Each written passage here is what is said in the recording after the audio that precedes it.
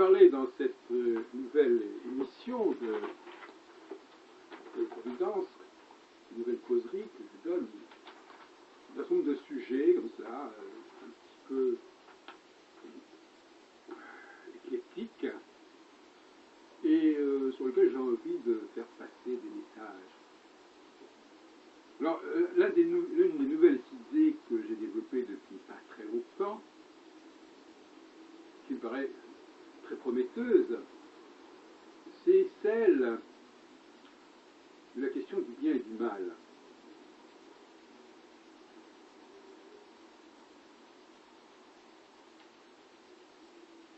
Je crois que l'essentiel, c'est de détecter le mal. Et que le contraire du mal, ce n'est pas le bien. Le contraire du mal, c'est la norme, c'est ce qui est normal. Il y a une dialectique du normal et du mal. Le bien, en revanche, pourrait être d'une certaine façon un moyen d'occulter ou de masquer le mal. J'en ai parlé dans un récent article. En cuisine, quelque chose qui a mauvais goût peut être compensé par l'addition de quelque chose qui a bon goût.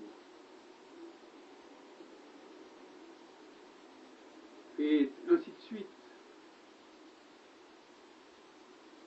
Une personne qui a un corps difforme peut porter un bel habit.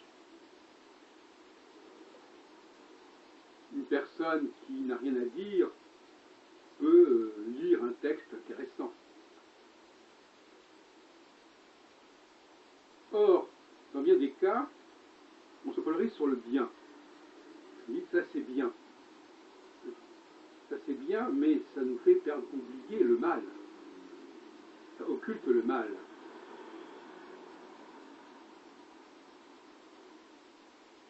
La maladie, c'est l'invasion du mal. Celui qui détecte le mal rend service.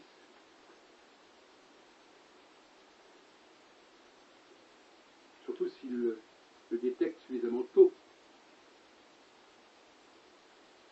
Qui est le rôle de nos anticorps, qui est le rôle de nos systèmes immunitaires. Donc celui qui fait du bien, c'est celui qui détecte le mal. Car faire du bien pour faire du bien, dans bien des cas, consiste à revêtir le mal de quelque chose qui le fait passer pour normal, ou du moins qui atténue la perception du mal. Il la brouille.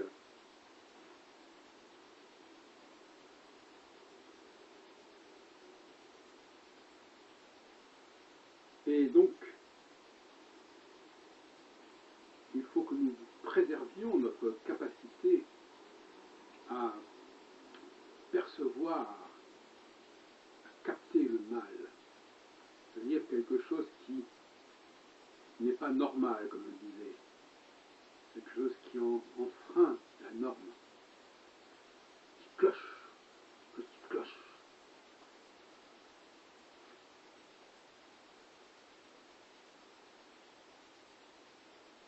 En astrologie,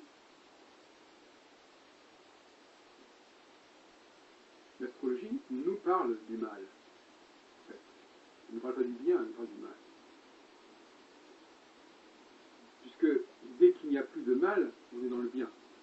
Le bien n'existe pas en soi. Il est l'absence du mal. Et donc quand le bien n'est pas l'absence du mal, mais est une entité à part, et bien là, il y a un problème. Puisqu'à la limite, on pourrait avoir une configuration, une conjonction du bien et du mal, qui est bien le cas souvent, d'ailleurs, où on a du mal agglutiné à du bien, on peut dire.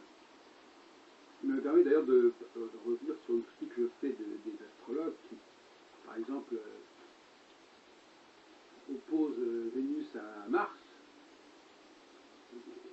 oui, quelque part, Vénus s'oppose à Mars au niveau du concept. Vénus c'est le bien, Mars c'est le mal. Mais, à partir du moment où on met des planètes en rapport avec ce bien et le mal, on peut avoir une conjonction Mars-Vénus, donc c'est une aberration.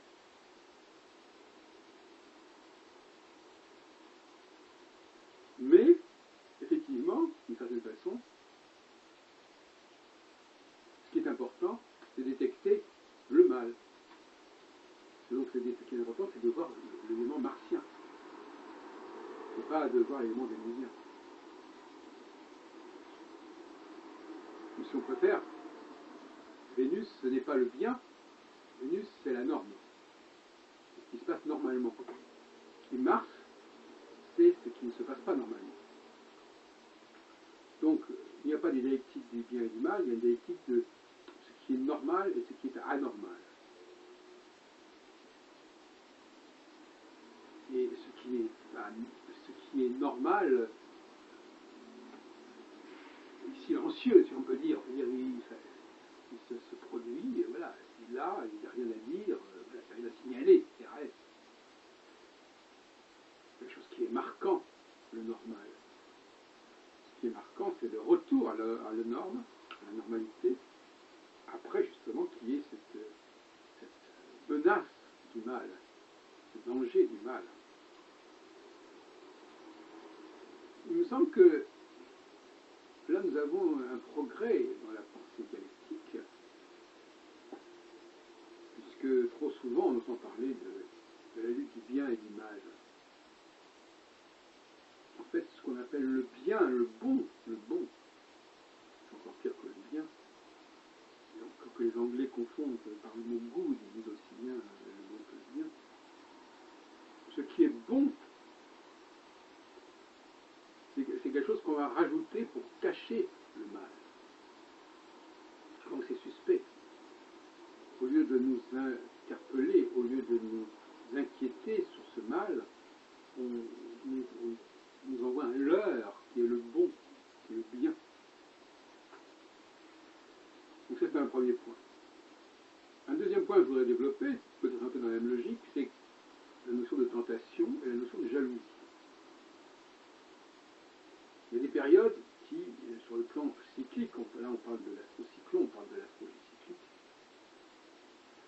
nous entraînent vers un risque de jalousie. La jalousie vient avec la phase montante de Saturne, quand le présent est confronté avec le passé. Et le passé, ce sont aussi des gens, des personnes, des hommes, des femmes, qui réapparaissent et qui vont solliciter la personne qu'elles ont connue,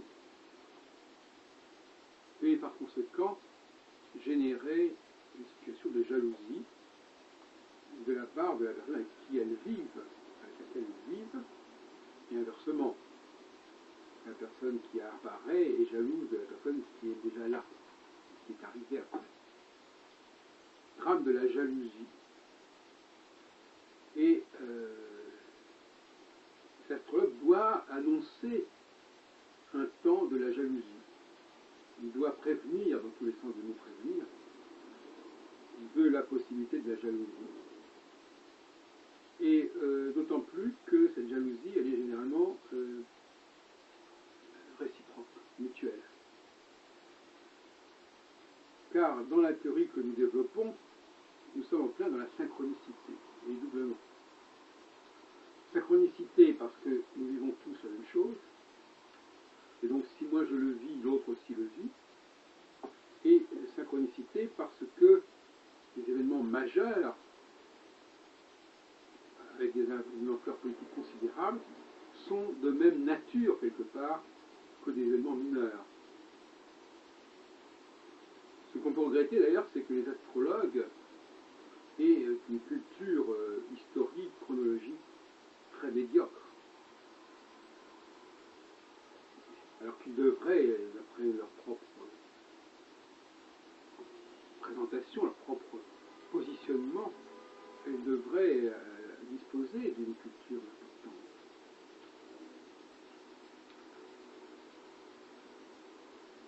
devrait avoir un très grand nombre de données chronologiques en tête, à l'esprit, plutôt que de s'occuper des dates de naissance qui ne veulent rien dire. Cette culture des dates de naissance se substitue, ça c'est un mal, se substitue à la connaissance du calendrier de la chronologie dans le monde.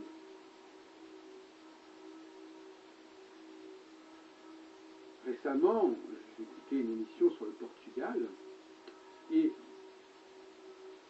j'observais que la grande révolution portugaise, la révolution des œillets, se déroulait en 74-75, notamment de Mario Soares, et que ça correspond à une phase descendante de Saturne, et qui se déroule 15 ans avant l'effondrement de 1989 et 15 ans après l'effondrement, on peut dire, de l'Empire colonial français. Or, la révolution des œillets s'est également soldée par la disparition, si on peut dire, de l'Empire colonial portugais en Afrique.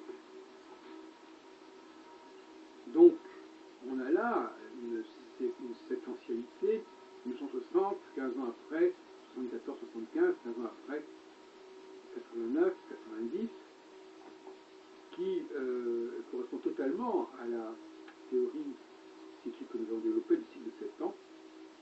Mais là, il se trouve que c'est 15 ans, mais ça peut aussi bien être encore subdivisé.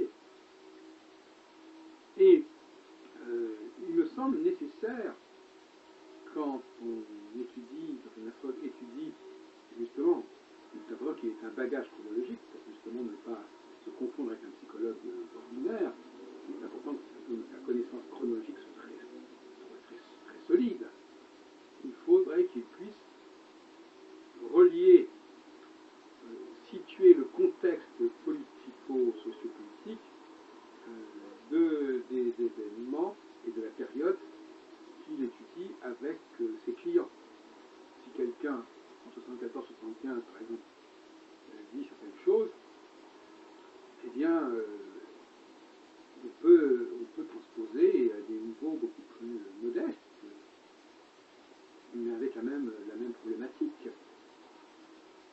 Donc c'est important que l'on accompagne la vie de la personne de la chronologie des événements, pas forcément dans un pays en particulier, mais dans des pays où les choses sont particulièrement marquantes, car il est clair qu'une fois que certaines choses se sont produites dans un certain pays, elles ne peuvent pas se reproduire dans le même pays, puisque les choses ont déjà été réalisées. Donc il faut bien qu'il y ait d'autres endroits qui soient touchés. Donc successivement, ce qui n'a pas été touché par une certaine phase sera touché par la phase suivante, ou une ou deux autres phases suivantes. Mais il y a une continuité entre 1960 avec la fin de l'Empire colonial français, de l'Afrique française, avec la fin de l'Empire colonial lusitanien 15 ans plus tard, qui d'ailleurs correspondu aussi avec tout un ensemble de fin de dictature à ce moment-là, notamment en Grèce. Et puis la fin de ce qui s'est passé également, tant au niveau du démantèlement du bloc de l'Est que d'un forme de dictature en 89. Donc là, il y a aussi quelque chose qui doit frapper, et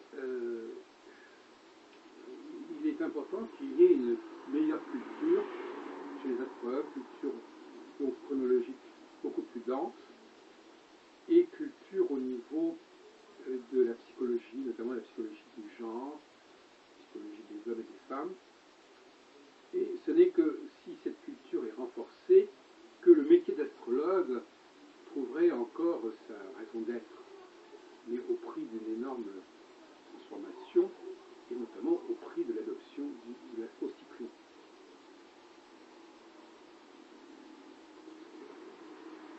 Cette notion synchronicité est souvent très mal comprise dans l'astrologie. Car l'on allait remplacer synchronicité, ce n'est pas seulement la synchronicité entre les astres et nous.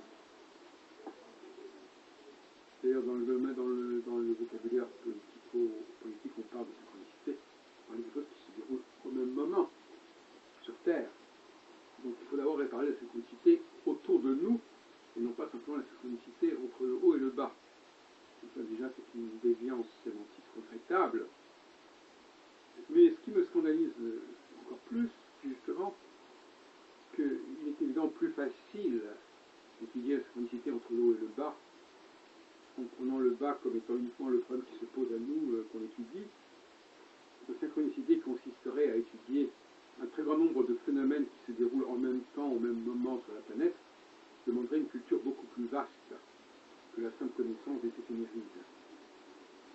Donc, il n'y a pas de commune mesure. La synchronicité implique de rapprocher non seulement des événements qui sont déroulés au même moment, mais des événements qui se sont déroulés au même stade du cycle, même s'ils sont distants de plusieurs décennies, voire de plusieurs siècles.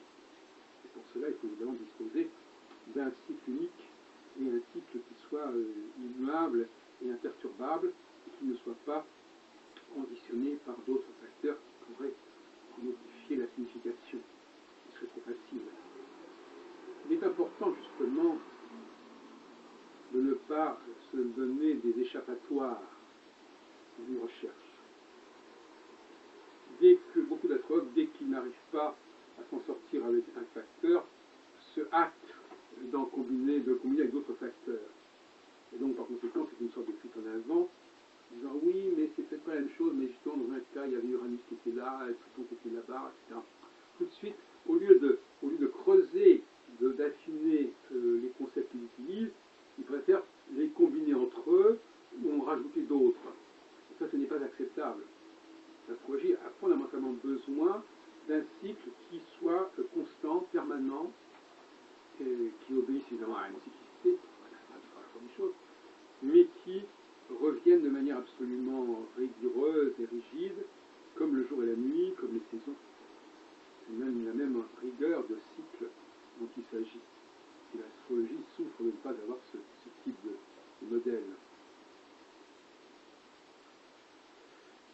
Donc, pour revenir à ces notions de bien et de mal, que je pense n'avait pas parfaitement compris Nietzsche, il y a en effet, l'astrocyclone nous parle quelque part du mal, nous parle de la tentation. C'est-à-dire qu'il nous parle des dangers qui se présentent, qui se profilent. D'ailleurs, prévoir, quelque part, serait d'abord prévoir des dangers. Prévoir comme en météorologie, c'est pas seulement de prévoir qu'il va faire beau, mais de prévoir qu'il va faire mauvais. Je commence à faire. Donc effectivement, la prévision est fondamentalement liée à la question du mal. Et quelque chose, le mal peut être modélisé, peut être formalisé, peut obéir à des cycles. D'ailleurs, l'astrocyclone, c'est le cycle du mal. C'est le cycle d'un certain nombre de tentations, d'un certain nombre de mots qui nous menacent et qu'on peut prévoir. Donc, l'astrologie n'est pas là, l'astrologie n'est pas parce que je fais l'astrologie que je dois légitimer ce qu'elle annonce. Je dois valider ce qu'elle annonce, mais elle annonce quelque chose qui nous menace, qu'il faut craindre, qui nous interpelle, qui peut nous faire tomber, nous faire chuter, nous faire dévier.